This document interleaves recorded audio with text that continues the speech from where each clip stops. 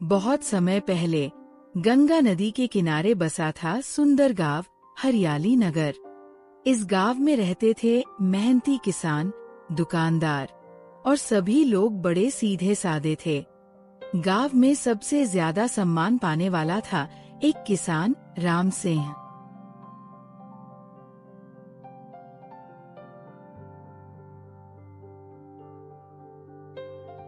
सुमित्रा, देखो कितनी अच्छी फसल हुई है इस साल।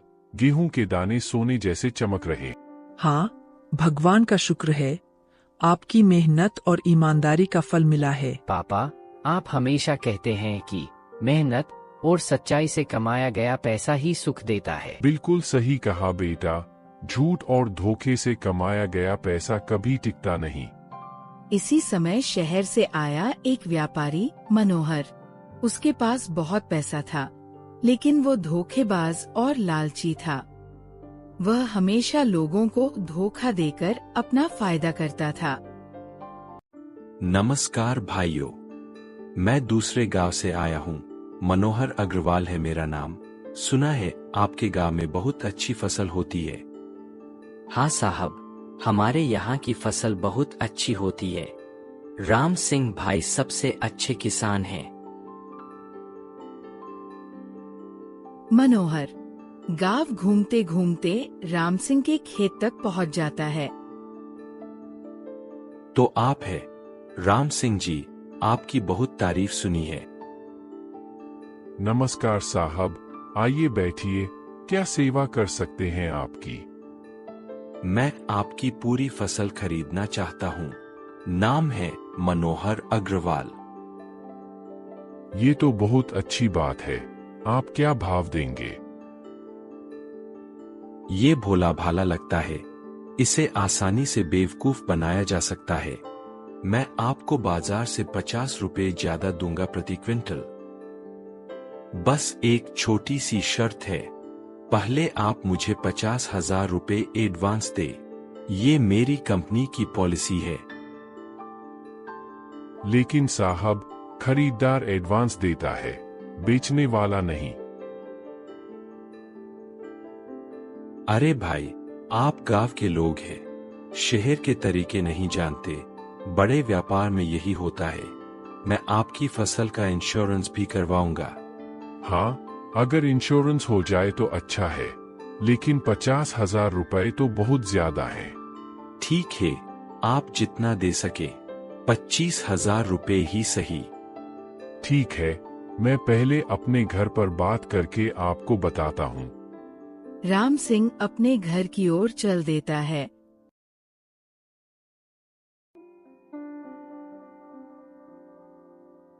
सुमित्रा, वो व्यापारी अपनी फसल अच्छे दाम पर खरीद रहा है और कह रहा था कि एडवांस देना पड़ेगा। क्या करूं? जी, मुझे कुछ अजीब लग रहा है। पहले कभी सुना नहीं कि बेचने वाला एडवांस दे। लेकिन वो इंश्योरेंस की बात भी कर रहा था और फिर बाजार से 50 रुपए ज्यादा भी दे रहा है। पापा, मैंने स्कूल में पढ़ा है कि हमेशा एडवांस खरीदार देता है। कहीं कोई धोखा तो नहीं? नहीं बेटा, वो इतना बड़ा व्यापारी है, गलत क्यों करेगा? राम सिंह ने अपनी पूरी जमा पूंजी निकाली और मनोहर को देने के लिए चल पड़ा। राम सिंह ने अपनी पूरी जमा पूंजी निकाली और मनोहर को 25,000 रुपए दे दिए। बहुत अच्छा राम सिंह जी, अब मैं कल अपने ट्रक भेजूंगा फसल लेने के लिए। कल? इतनी जल्दी? अभी तो फसल काटी भी नहीं है। अरे हाँ, मैं भूल गया। 1 हफ्ते बाद आऊंगा। आप फसल तैयार रखिए।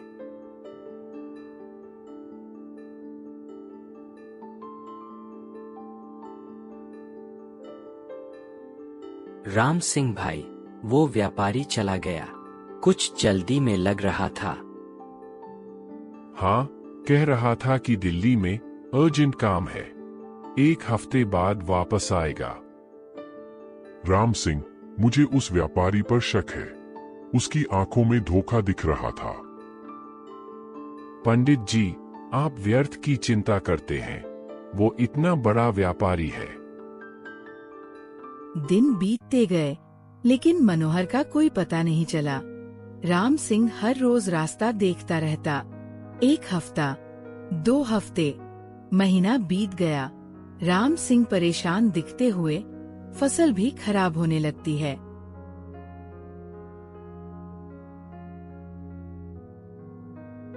अभी तक वो व्यापारी नहीं आया। अब तो फसल खराब होने लगी है। पता नहीं क्या हुआ, कहीं कोई एक्सीडेंट तो नहीं हो गया।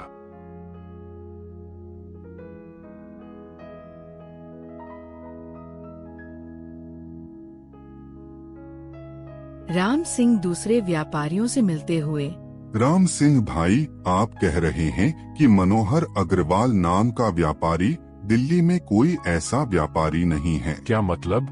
वो तो कह रहा था कि बड़ी कंपनी है। भाई, लगता है आप धोखे में पड़े हैं। पहले भी कई किसानों के साथ ऐसा हुआ है। मतलब मेरे 25,000 रुपए? वो पैसे तो गए, ये लोग इधर उधर भटकते रहते हैं और लोगों को बेवकूफ बनाते हैं। राम सिंह उदास होकर घर लौटते हुए, सुमित्रा, हमारे साथ धोखा हुआ है। वो व्यापारी झूठा था। मैं पहले से ही कह रही थी कि कुछ गड़बड़ है। अब क्या होगा? पापा, आपने मेरी बात क्यों नहीं मानी?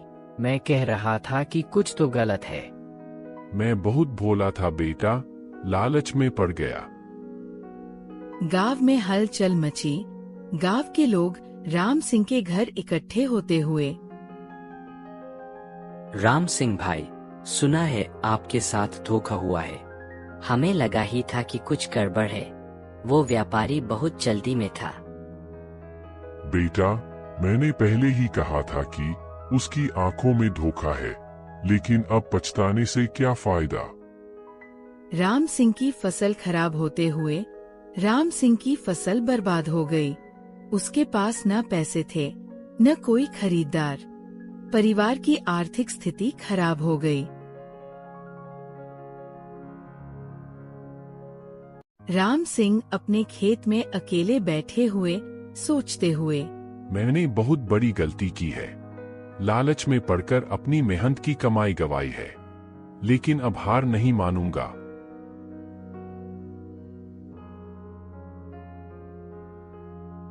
पापा, आप परेशान मत होइए। मैं पढ़ाई छोड़कर आपकी मदद करूंगा। नहीं बेटा, तुम पढ़ाई जारी रखो। मैं फिर से मेहनत करूंगा। इस बार कोई गलती नहीं करूंगा। राम सिंह सुबह से शाम तक काम करते हुए राम सिंह ने फिर से कड़ी मेहनत शुरू की। इस बार वो और भी सावधान था। किसी भी अनजान व्यक्ति पर भरोसा नहीं करता था। इस बार मैं केवल विश्वसनीय व्यापारियों से ही डील करूंगा। पहले पूरी जांच परख करूंगा। नई फसल लहलहाते हुए राम सिंह खुश दिखते हुए राम सिंह की मेहनत रंग लाई। नई फसल पहले से भी अच्छी हुई। इस बार वह बहुत सावधानी से व्यापार करने का फैसला किया। राम सिंह विश्वसनीय व्यापारी से मिलते हुए, राम सिंह जी, आपकी फसल बहुत अच्छी है।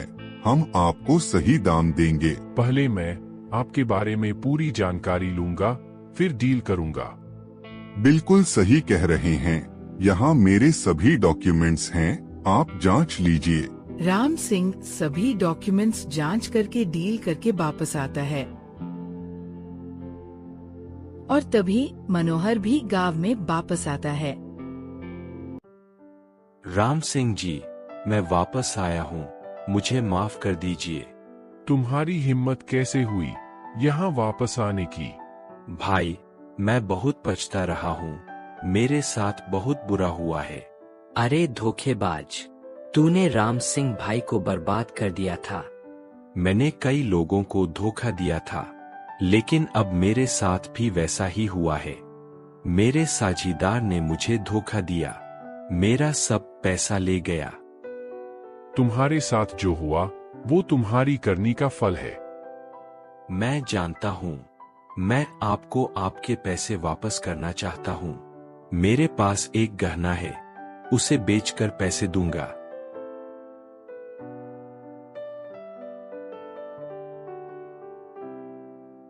सुनिए, इसकी हालत देखिए। शायद सच में पछता रहा है। मैं जानता हूं कि इसने मुझे धोखा दिया है, लेकिन अगर मैं इसे माफ नहीं करूंगा तो मेरे और इसमें क्या फर्क रहेगा? मेरे पिता कहते थे, बुराई का बदला बुराई से नहीं, अच्छाई से लेना चाहिए। शायद इसे एक मौका देना चाहिए। मैं तुम्हें माफ करता हूं, लेकिन एक शर्त है। आप मुझे माफ कर रहे हैं। कोई भी शर्त मंजूर है। तुम्हें वादा करना होगा कि अब कभी किसी को धोखा नहीं दोगे, और जो लोगों को धोखा दिया है उन सबसे माफी मांगनी होगी। मैं वादा करता हूँ, मैं अपनी जिंदगी बदल दूंगा। राम सिंह भाई, आपने बहुत अच्छा किया। ये हमारी संस्कृति है। राम सिंह, तुमने धर्म का पालन किया है। भगवान तुम्हारा भला करेगा। मनोहर ने गांव में ही रहने का फैसला किया। उसने एक छोटी दुकान खोली और ईमानदारी से व्यापार करना शुरू किया। भाई साहब, ये चावल बिल्कुल शुद्ध है। मैं अब कभी मिलावट नहीं करता।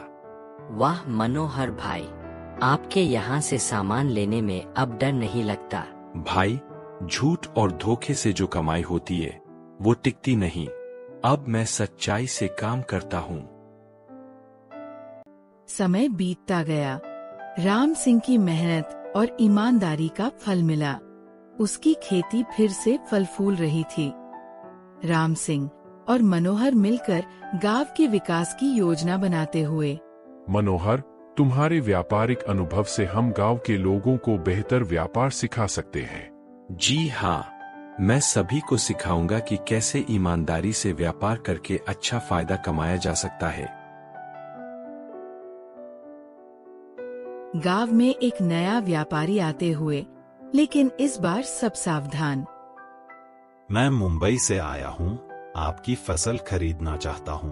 पहले आप अपने डॉक्यूमेंट्स दिखाइए। डॉक्यूमेंट्स? अरे भाई, मैं तो सिर्फ फसल खरीदने आया हूँ। भाई साहब, हमें आपकी पूरी जानकारी चाहिए। हम अब बहुत सावधान हैं। आप कहां से आए हैं? आपकी कंपनी का नाम क्या है? मैं अकेला व्यापारी हूँ, कोई बड़ी कंपनी नहीं है। लेकिन आप इतनी बड़ी मात्रा में फसल क्यों खरीदना चाहते हैं? मैं दूसरे शहरों में बेचता हूँ। रुकिए, मैं इसे जानता हूँ। ये भी वैसा ही धोखेबाज है जैसा मैं था। मनोहर को देखकर वह व्यापारी भागने लगता है। देखो कैसे भाग रहा है। पहले हमारे साथ भी ऐसा ही होता था। अब कोई भी धोखेबाज हमारे गांव के लोगों को बेवकूफ नहीं बना सकता। कुछ समय बाद राम सिंह और मनोहर ने मिलकर एक ट्रेनिंग सेंटर खोला। यहाँ लोग सीखते थे कि कैसे सुरक्षित व्यापार करें, कैसे धोखेबाजों को पहचानें। राम सिंह और मनोहर की समझदारी से अब गांव में कोई भी धोखेबाज व्यापारी नहीं आता था। सच्चाई, मेहनत और माफी, ये 3 गुण जीवन को सफल बनाते हैं।